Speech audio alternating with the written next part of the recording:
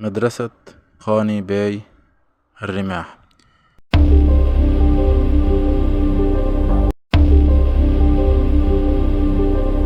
تقع بميدان القلعة،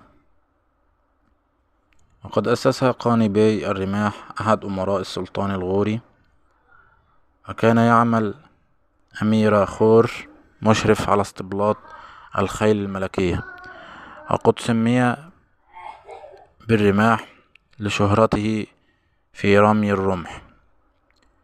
تتكون من در، قاعة، وإيوانين، وسدلتين، وتطل هذه المدرسة على الميدان بواجهة مشهرة تضم قبة ضريحية، ومدخل تذكاري، ومأذنة مملوكية، وسبيل يعلوه كتاب. القبة مزخرفة من الخارج بزخارف نباتية محفورة.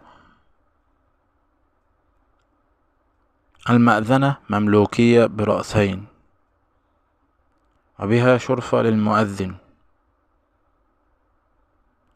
السبيل والكتاب، شباك السبيل مملوكي بمصبعات معدنية، يعلوه عتب،